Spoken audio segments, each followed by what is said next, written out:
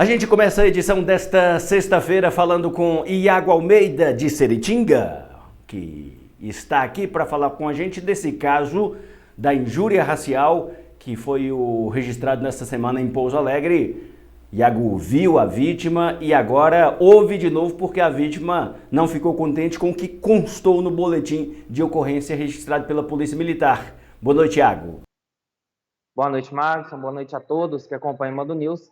Este caso aí de injúria racial aqui em Pouso Alegre acabou ganhando uma grande repercussão depois que foi divulgado aqui pela nossa reportagem Terra do Mandu e também rodou as redes sociais. Nós ouvimos no começo da semana o Ednilson Ananias dos Santos, de 32 anos, que disse ter sido vítima aí de injúria racial em uma farmácia lá no bairro São Carlos, aqui em Pouso Alegre.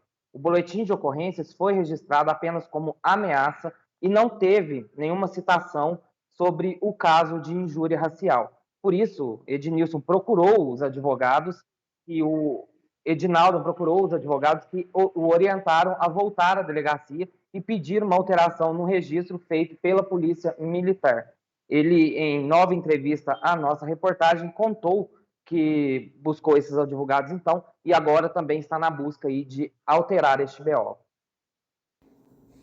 Bom, passando por aqui para deixar para vocês o feedback a respeito das coisas que têm acontecido com a minha casa, com os meus filhos, a minha família, minha esposa e minha família. Primeiramente, agradecer a todos que têm compartilhado, comentado sobre o ocorrido, tá?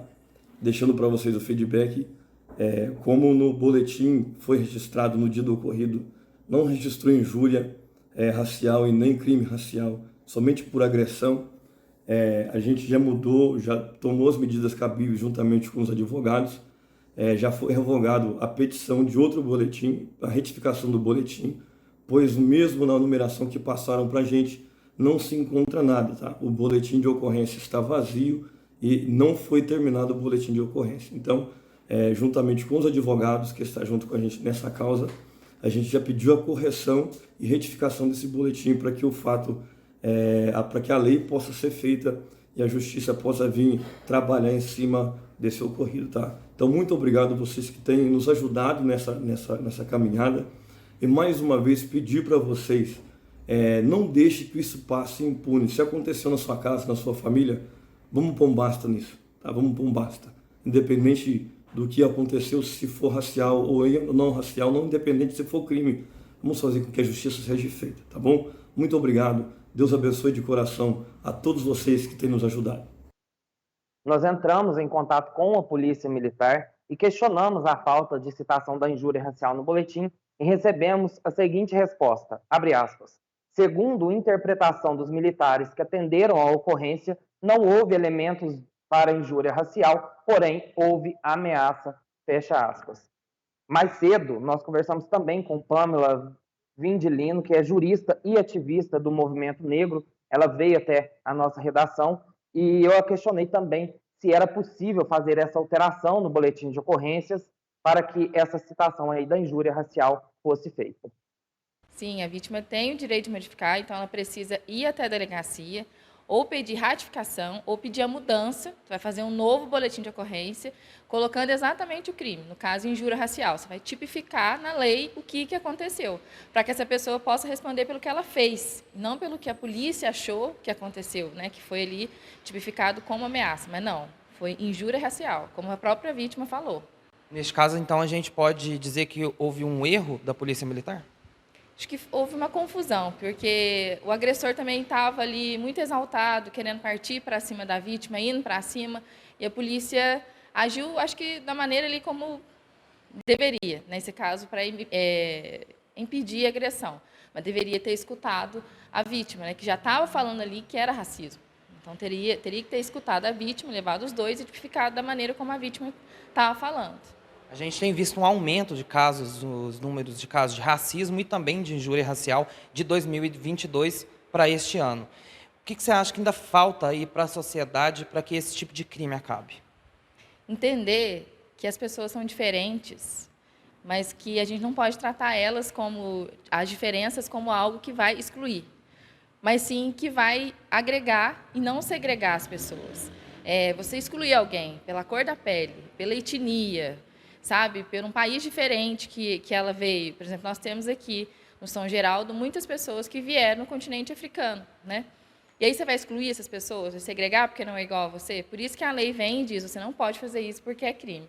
Falta muita conscientização das pessoas brancas, mas também falta que as pessoas negras entendam que a gente precisa se juntar e lutar pelos nossos direitos, como fez o Edinaldo.